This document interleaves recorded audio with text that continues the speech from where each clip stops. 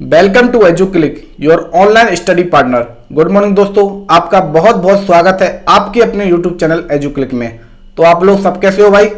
सब लोग बढ़िया हो ना? तो वीडियो को फटाफट जल्दी से शेयर कर दो।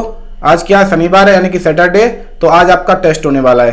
तो पिछले सैटरडे को मैंने आपका टेस्ट लिया था, तो उसमें परफॉर्मेंस आपकी कैसी रही आपने बताया नहीं। कुछ लोगों ने कमेंट करके बताए थे कि उनके क्वेश्चन सही कितने किए हैं इन्होंने, तो आप लोगों को बताना चाहिए कि कितने क्वेश्चन आपके सही हो रहे हैं। ठीक है, तो आज हम फिर से आपका टेस्ट लेने वाले हैं। तो हर सैटरडे को यानी कि हर शनिवार को आपका एक टेस्ट होगा।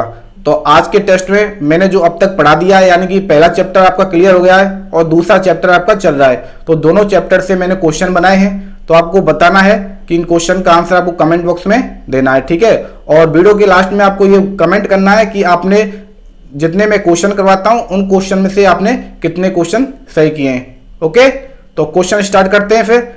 ठीक है, और क्वेश्चन आपको कहां देखने वाले हैं? पीछे स्क्रीन पे देखने वाले हैं। और फिर उन क्वेश्चन से रिलेटेड जो भी कुछ डिटेल होगी मैं वो आपको आसानी से एकदम बहुत अच्छे से समझा दूंगा। ठीक है ना? तो अपन क्वेश्चन स्टार्ट करते हैं। तो आपके टेस्ट का जो पहला क्वेश्चन है वो आपको स्क्रीन पर दिख रहा होगा। आपका क्वेश्चन है कि निम्न में से बीएमआई का कौन सा मान मोटापा की श्रेणी में आता है? आपको चार ऑप्शन दे रखे हैं। कौन कौन से ऑप्शन दे रखे हैं? चार ऑप्शन दे रखे हैं। पहला दे रखा है 25 kilogram per metre square, 28 kilogram per metre square, 31 kilogram per metre square और 20 किलोग्राम पर मीटर स्क्वायर। तो मैंने आपको जब बीएमआई पढ़ाया था, पहले चैप्टर में पढ़ाया था ना आपको बीएमआई पढ़ा था। तो बीएमआई क्या होता है? ये होता है शरीर भार सूचकांक, यानी कि body mass index. Body mass index को शॉर्ट में क्या बोलते हैं? बीएमआई बोलते हैं। जब मैंने आपको बीएमआई पढ़ाया था तो बताया था, इसकी वैल्यूज बताई थी कि इसका मान कहां तक वेरी करता है, यानी कि कितने किलोग्राम पर मीटर स्क्वायर पर जो मोटापे की श्रेणी में कोई व्यक्ति आएगा और या नहीं आएगा। तो आपको चार ऑप्शन दे रखे हैं। कौन कौन से? 25 किलोग्राम पर मीटर स्क्वायर दे रखा है, 28 किलोग्राम पर मीटर स्क्वायर और 31 किलोग्राम पर मीटर स्क्वायर। इसके साथ ही 20 किलोग्राम पर मीटर स्क्वायर भी दे रखा है। आपको चार ऑप्शन दे रखे हैं, तो आपको बताना है। ठीक है, तो आप बताइए इसका आंसर क्या हुआ। तो इसका राइट आंसर क्या होने वाला है? तो इसका राइट आंसर होने वाला है 31 किलोग्राम पर मीटर स्क्वायर, यानी कि ऑप्शन सी है वो राइट आंसर होगा। मैंने आपको जब बीएमआई पढ़ाया था तो बताया था बीएमआई क्या है, यानी कि शरीर भार सूचकांक है वो मानव शरीर के भार और मानव शरीर की लंबाई के स्क्वायर के अनुपात के बराबर होता है, यानी कि मानव शरीर का भार बटे में मानव शरीर की लंबाई का स्क्वायर। इसकी मैंने यूनिट बताई थी किलोग्राम पर मीटर स्क्वायर, और इसमें यह बताया गया था कि यदि 25 kilogram per metre square BMI की वैल्यू रहती है तो आदमी है वो मोटापे की श्रेणी में नहीं आएगा, और यदि 30 किलोग्राम पर मीटर स्क्वायर से ज्यादा यदि वैल्यू रहती है तो वह मोटापे की श्रेणी में आएगा। तो इसमें क्या दे रखा है? 30 से ज्यादा 31 दे रखा है, 31 किलोग्राम पर मीटर स्क्वायर इसमें आंसर दे रखा है, यानी कि सी ऑप्शन आपका राइट आंसर होगा। ठीक है, अब आपका दूसरा क्वेश्चन है, आपको स्क्रीन पर दिख रहा होगा। आपका क्वेश्चन है कि गुटखा के अधिक सेवन से कौन सा रोग होता है? तो आपको बताना है कि गुटखा के अधिक सेवन से कौन सा रोग होता है। आपको फिर से चार ऑप्शन दे रखे हैं। बसीय यकृत रोग, सबम्यूकस फाइब्रोसिस, निकोटीन और अस्थि संध्यार्थी। आपको चार ऑप्शन दे रखे हैं। आपको बताना है कि गुटखा के अधिक सेवन से कौन सा रोग होता है। ठीक है, तो आप बताइए कि गुटखा के अधिक सेवन से कौन सा रोग होता है। तो इसका राइट आंसर क्या होने वाला है? जल्दी से कमेंट करके बताइए कि इसका राइट आंसर क्या है। तो इसका राइट आंसर होने वाला है सबम्यूकस फाइब्रोसिस, यानी कि जो ऑप्शन बी है वो राइट आंसर होगा। सबम्यूकस फाइब्रोसिस है वो किसकी वजह से होता है? तो ये गुटखा खाने की वजह से होता है, यानी यदि गुटखा का सेवन ज्यादा किया जाएगा तो सबम्यूकस फाइब्रोसिस एक रोग हो जाएगा, जिसके कारण होता क्या है? ये जबड़ों में होने वाला रोग है, यानी कि जो जबड़े हैं वो ठीक से नहीं खुल पाते हैं। जबड़ों की जो पेशियां होती हैं वो कठोर हो जाती हैं, जबड़े ठीक से नहीं खुल पाते, जिसकी वजह से क्या होता है? जो इसका पेशेंट होता है, मरीज होता है, उसको क्या है? बोलने में और खाने में बहुत ज्यादा दिक्कत होती है, क्योंकि जो मुंह है वो पूरी तरह से नहीं खुल पाता है। ठीक है, तो ये हो गया सबम्यूकस फाइब्रोसिस। ये क्या होता है? ये गुटखे के अधिक सेवन से होने वाला रोग होता है। और आपको ऑप्शन ए में दे रखा है बसीय यकृत रोग। कौन सा रोग? बसीय यकृत रोग। तो जब मैंने मदिरा पढ़ाया था, यानी कि शराब के बारे में पढ़ाया था, तब मैंने बताया था कि मदिरा पान करने से, यानी कि शराब के अधिक सेवन से बसीय यकृत रोग हो जाता है। ओके। और तीसरा ऑप्शन इसमें दे रखा है निकोटीन। तो निकोटीन कोई रोग तो है नहीं है, लेकिन इसमें मैंने बताने के लिए लिखा है ताकि मैं निकोटीन के बारे में आपको बता सकूं, क्योंकि हमारा टेस्ट लेने का ये उद्देश्य रहता है कि आपको क्वेश्चन के साथ साथ जो हमने पहले पढ़ा दिया है उसकी डिटेल ज्यादा से ज्यादा आपको प्रोवाइड करा दी जाए, ठीक है। तो निकोटीन क्या है? ये तंबाकू में पाया जाने वाला एक एल्कलॉइड होता है। तो तंबाकू में निकोटीन की 1 से 8% मात्रा पाई जाती है। मैंने आपको बताया था कि एल्कलॉइड क्या होते हैं। एल्कलॉइड ऐसे रासायनिक यौगिक होते हैं जिनमें कार्बन, हाइड्रोजन और नाइट्रोजन के अणु पाए जाते हैं, ठीक है। तो अब आपकी स्क्रीन पर आपका तीसरा क्वेश्चन दिख रहा है, यानी कि नेक्स्ट क्वेश्चन, तीसरा क्वेश्चन है वो क्या है कि नकली दवाइयों की समस्या को देखते हुए कौन सी समिति का गठन किया गया था। तो आपको फिर से 4 ऑप्शन दे रखे हैं, चापेलकर समिति, बंसीराम समिति, केलकर समिति और मासेलकर समिति। तो आपको बताना है कि नकली दवाइयों की समस्या को देखते हुए कौन सी समिति का गठन किया गया था। यानी कि नकली दवाइयों की समस्या और उसको जांच के लिए एक समिति का गठन किया गया था, जिसका नाम क्या था ये आपको बताना है। और इस वीडियो को और इस टेस्ट को ज्यादा से ज्यादा शेयर कर दो ताकि और बच्चे साथ में जुड़ सकें और वो भी अपना टेस्ट दे सकें, ताकि उनकी परफॉर्मेंस के बारे में उनको पता चल सके कि उन्होंने कैसी तैयारी की है अब तक। यानी जिन्होंने और क्लास ली है या जिन्होंने क्लास नहीं ली है, यदि वो टेस्ट देंगे तो उनको पता चलेगा कि उनको कितना आता है और उनको कितनी पढ़ने की जरूरत है, ठीक है। तो क्वेश्चन नंबर 3 का आंसर है मासेलकर समिति। मासेलकर समिति आपका कौन सा ऑप्शन दे रखा है? ये ऑप्शन डी दे रखा है। तो ऑप्शन डी आपका राइट आंसर होगा। तो मासेलकर समिति का गठन क्यों किया गया था? जब नकली दवाइयों की समस्या बहुत ज्यादा बढ़ गई थी तो नकली दवाइयों की समस्या को देखते हुए एक जांच आयोग बैठा था, एक जांच समिति बनाई गई थी जिसका नाम था मासेलकर समिति। तो मासेलकर समिति ने एक सुझाव दिया था कि जो नकली दवाइयों का धंधा करते हैं उनको मृत्युदंड की सजा दी जानी चाहिए। जब मैंने आपका चैप्टर फर्स्ट पढ़ाया था तो उसके लास्ट टॉपिक में मैंने आपको यही पढ़ा था। क्या पढ़ा था कि जब खाद्य पदार्थों के मिलावट से होने वाले दुष्प्रभावों के बारे में बताया था, तब मैंने इसके बारे में बताया था, ठीक है। और मैं आपको यह भी याद दिला दूं कि सन 1954 में सरकार ने मिलावटखोरी को रोकने के लिए एक कानून बनाया था जिसका नाम था खाद्य पदार्थ अल्प मिश्रण निषेध कानून, ठीक है। तो ये क्यों बनाया गया था? मिलावटखोरी को रोकने के लिए। लेकिन ये एक ठोस नीति नहीं थी, एक ठोस कानून नहीं होता जिसकी वजह से मिलावटखोरी को बिल्कुल रोका नहीं गया। यानी कि मिलावटखोरी आज भी जारी है, नकली दवाइयों का जो धंधा है वो आज भी जारी है, ठीक है।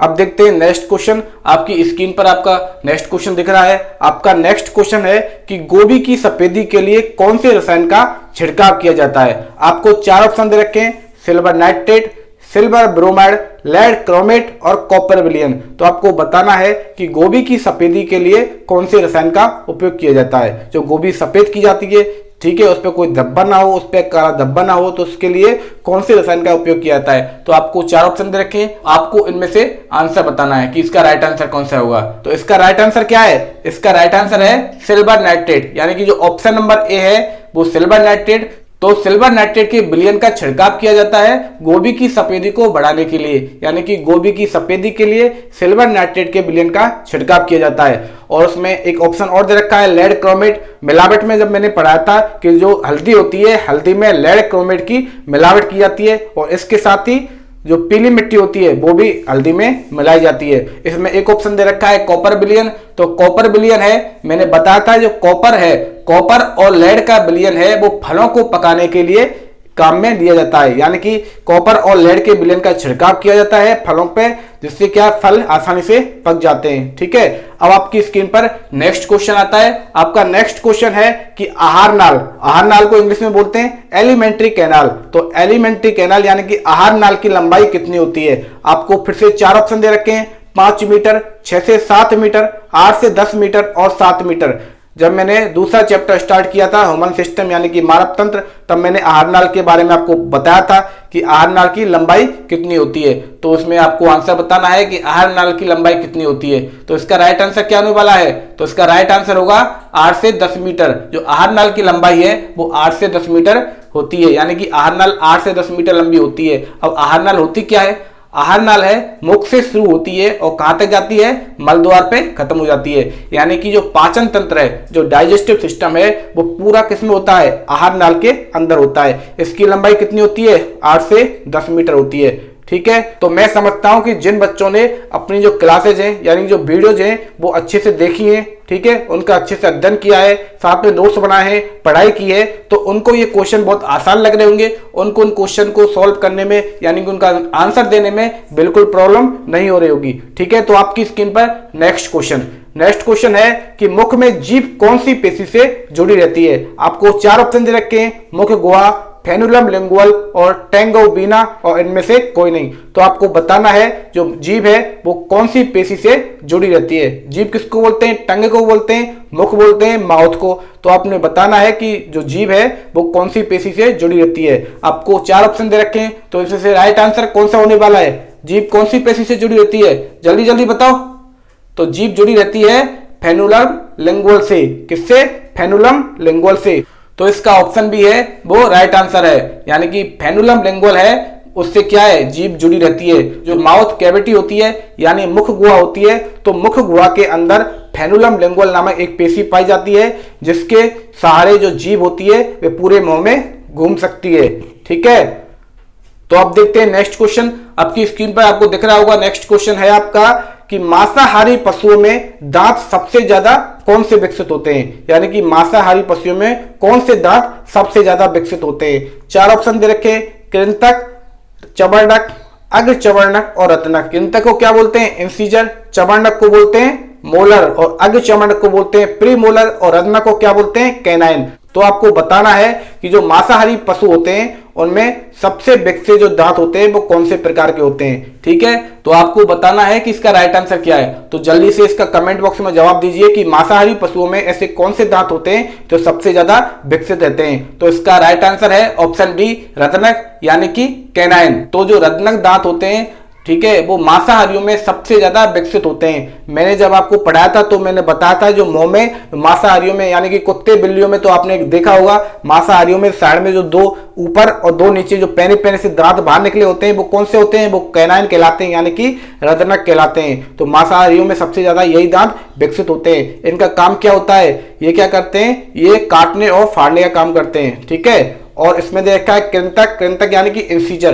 तो कृंतक का काम क्या होता है? ये कोतरने का काम करते हैं, ठीक है। और ये कृंतक कितने होते हैं? ये कृंतक होते हैं 4 यानी कि ऊपर वाले जबड़े में 4, नीचे वाले जबड़े में 4। रत्नक कितने होते हैं? 2 होते हैं, यानी कि ऊपर वाले जबड़े में 2, नीचे वाले जबड़े में 2, ठीक है। इसके साथ ही और दे रखा है अग्रचबर्णक को बोलते हैं प्री मोलर। ये बच्चों में विकसित नहीं होते हैं, ये बच्चों में करीब 10 से या 12 साल की एज में ये दांत आते हैं। इनका काम क्या होता है? चबाने का होता है। और जो अग्रचबर्णक होते हैं यानी कि प्रीमोलर होते हैं वो कितने होते हैं? वो टोटल 8 होते हैं, यानी कि ऊपर 4 और नीचे 4, ठीक है। इसके बाद है चबर्णक यानी कि मोलर टीथ। तो मोलर टीथ कितने होते हैं? ये 6 होते हैं, ऊपर वाले जबड़े में 6 और नीचे वाले जबड़े में 6। तो टोटल कितने हुए? 12। तो इस प्रकार एक वयस्क मनुष्य होता है उसके मुंह में कितने दांत होते हैं? 32 दांत होते हैं, मैंने आपको बताया था। और जो 20 दांत होते हैं वो छोटे बच्चों में पाए जाते हैं। वो कौन से दांत होते हैं? वो दूध वाले दांत होते हैं, उनको क्या बोलते हैं? द्विबार दंती कहा जाता है, ओके। तो ये हो गया आपका मुख यानी कि दांत से संबंधित जो भी था मैंने आपको समझा दिया है, ठीक है। आपको नेक्स्ट क्वेश्चन लगवाता हूं। आपका नेक्स्ट क्वेश्चन है कि एपिग्लोटिस का प्रमुख कार्य क्या है। तो एपिग्लोटिस मैंने आपको कल ही पढ़ा है, कल की क्लास में मैंने एपिग्लोटिस पढ़ाया था कि एपिग्लोटिस होता क्या है। तो आपको 4 ऑप्शन दे रखे हैं, भोजन को ग्रसनी में भेजना, भोजन को श्वास नली में प्रवेश होने से रोकना और भोजन को ग्रहणी तक पहुंचाना, और इनमें से कोई नहीं। तो आपको बताना है जो एपिग्लोटिस है उसका मुख्य कार्य क्या है। एपिग्लोटिस कहां पाया जाता है? मैंने बताया था एपिग्लोटिस है जो ग्रास नलिका होती है, बताया था ना, ग्रास नलिका होती है। तो ग्रास नलिका के ऊपर रहता है, यानी कि श्वास नलिका और ग्रास नलिका के ऊपर रहता है। क्या रहता है? एपिग्लोटिस। इसका काम क्या होता है? एपिग्लोटिस का मुख्य कार्य होता है जब हम भोजन करते हैं, भोजन किससे करेंगे? मुख से करेंगे। तो भोजन करने के दौरान ये श्वास नली में भोजन को जाने से रोकता है। तो एक पल्ला होता है यानी कि एक घाटी ढक्कन होता है, इसको हिंदी में क्या बोलते हैं? घाटी ढक्कन बोलते हैं, और इंग्लिश में बोलते हैं इसको एपिग्लोटिस, ओके। तो ये एपिग्लोटिस का काम होता है, ठीक है। तो ये हो गया एपिग्लोटिस। अब आपकी स्क्रीन पर नेक्स्ट क्वेश्चन आपको दिख रहा है। आपका नेक्स्ट क्वेश्चन है मलाशय यानी कि रेक्टम का अंतिम 3 सेंटीमीटर वाला भाग क्या कहलाता है। आपको 4 ऑप्शन दे रखे हैं, मल द्वार यानी कि एनस, अवरोधक स्फिंक्टर्स, गोदानाल एनल कैनाल और क्षुद्रांत यानी कि इलियम। तो आपको बताना है जो रेक्टम होता है यानी कि मलाशय होता है उसका जो लास्ट में जो 3 सेंटीमीटर वाला भाग होता है वो क्या कहलाता है। तो आप बताइए कि इसका आंसर क्या होने वाला है। आप लोग कमेंट नहीं कर रहे हो, इसका आंसर दो जल्दी जल्दी से, जल्दी बताओ इसका आंसर क्या है। ठीक है, तो आपको बताना है कि मलाशय का अंतिम 3 सेंटीमीटर वाला भाग क्या कहलाता है। तो इसका आंसर क्या होने वाला है, तो इसका राइट आंसर होगा गोदानाल यानी कि ऑप्शन सी है वो बिल्कुल राइट आंसर होगा। जो एनल कैनाल है यानी कि गोदानाल है, इसका राइट आंसर होगा। जो मलाशय होता है, मलाशय का अंतिम जो 3 से 4 सेंटीमीटर वाला भाग होता है वो क्या कहलाता है, गोदानाल यानी कि एनल कैनाल कहलाता है। और जो गोदानाल होता है वो लास्ट में कहां पे खुलता है, ये खुलता है मल द्वार में। किसमें, मल द्वार में। तो मल द्वार को इंग्लिश में क्या बोलते हैं, एनस। तो गोदानाल यानी कि एनल कैनल है वो एनस में खुलता है। और उसमें एक स्फिंक्टर दे रखा है। तो स्फिंक्टर्स क्या होते हैं, अवरोधक होते हैं। तो मैंने आपको बताया था कि जो मलाशय में 2 प्रकार के अवरोधक पाए जाते हैं, एक अंत्य अवरोधक, एक बाह्य अवरोधक। उनका काम क्या होता है, जो मल जो बाहर निकलता है तो उत्सर्जन को ये कंट्रोल करते हैं यानी कि नियंत्रित करते हैं। ओके, तो आगे आपको समझ, ठीक है। अब देखते हैं नेक्स्ट क्वेश्चन। तो आपकी स्क्रीन पर आपको नेक्स्ट क्वेश्चन दिख रहा है, निम्न में से छोटी आंत का मध्य भाग कौन सा है। तो आपको 4 ऑप्शन दे रखे हैं, अग्र क्षुदांत, ग्रहणी, अधांत और क्षुद्रांत। ठीक है, तो आपको 4 ऑप्शन दे रखे हैं, इनमें से आपको बताना है कि छोटी आंत का मध्य भाग कौन सा होता है। यानी कि छोटी आंत किसे बोलते हैं, जो स्मॉल इंटेस्टाइन होती है उसका मीडियम पार्ट क्या कहलाता है। ओके, समझ आ गया। तो आपको बताना है, 4 ऑप्शन दे रखे हैं, अग्र क्षुदांत दे रखा है। अग्र क्षुदांत को इंग्लिश में क्या बोलते हैं, जेजोनम बोलते हैं। ठीक है, उसके बाद ग्रहणी दे रखी है, ग्रहणी को क्या बोलते हैं, डियोडेनम बोलते हैं। उसके बाद क्या दे रखा है, उसके बाद अधांत दे रखा है, इसको बोलते हैं सीकम। और उसके बाद दे रखा है क्षुदांत, इसको बोलते हैं इलियम। ठीक है, तो आपको बताना है इसका राइट आंसर क्या होने वाला है। तो इसका राइट आंसर होगा ऑप्शन ए, इसका राइट आंसर होगा यानी कि अग्र क्षुदांत यानी कि जो जेजोनम है इसका राइट आंसर होने वाला है। मैंने आपको जब स्मॉल इंटेस्टाइन यानी कि छोटी आंत पढ़ाई थी तब मैंने बताया था, छोटी आंत के मैंने आपको 3 पार्ट बताए थे। पहला बताया था ग्रहणी यानी कि डियोडेनम, दूसरा बताया था अग्र क्षुदांत, इसको क्या बोलते हैं हम, जेजोनम, और तीसरा है क्षुदांत, इसको बोलते हैं इलियम। ओके, तो मैंने आपको बताया था कि ग्रहणी क्या काम करती है, ग्रहणी होती है वो छोटी आंत का यानी कि स्मॉल इंटेस्टाइन का सबसे छोटा भाग होता है। इसका जो मेन पाचन करने का काम होता है वो किसका होता है, ग्रहणी का होता है। तो अग्र क्षुदांत होता है वो क्या काम करता है, ये ग्रहणी के द्वारा जो पाचित भोजन होता है उसका अवशोषण करता है। और उसके बाद जो क्षुदांत होता है यानी कि इलियम होता है वो ऐसे पोषक तत्वों का अवशोषण करता है जो अग्र क्षुदांत नहीं कर पाता है। यानी कि जेजोनम जिन पोषक तत्वों का अवशोषण नहीं कर पाता है उनका अवशोषण कौन करता है, इलियम करता है यानी कि क्षुदांत करता है। तो ऐसे कौन कौन से पोषक तत्व में मैंने आपको बताया था कि ये विटामिन और पित्त लवण यानी कि बाइल साल्ट का अवशोषण करता है। ठीक है, तो आपको जो थर्ड ऑप्शन दे रखा है अधांत्र, इसको क्या बोलते हैं, सीकम बोलते हैं। तो इसके बारे में आपको बता देता हूं। तो मैंने आपको जब बड़ी आंत यानी कि लार्ज इंटेस्टाइन पढ़ाई थी तब मैंने इसके बारे में बताया था कि यह लार्ज इंटेस्टाइन का पार्ट होता है। तो लार्ज इंटेस्टाइन यानी कि जो बड़ी आंत होती है, बड़ी आंत का जो प्रथम भाग होता है वो क्या कहलाता है, अधांत कहलाता है यानी कि सीकम कहलाता है। और ये किससे जुड़ा होता है, ये छोटी आंत के लास्ट पार्ट यानी कि छोटी आंत का अंतिम भाग होता है क्षुदांत, इसे इलियम बोलते हैं, इससे ये जुड़ा रहता है। ठीक है, तो आपका टेस्ट इस तरह से कंप्लीट हो गया है।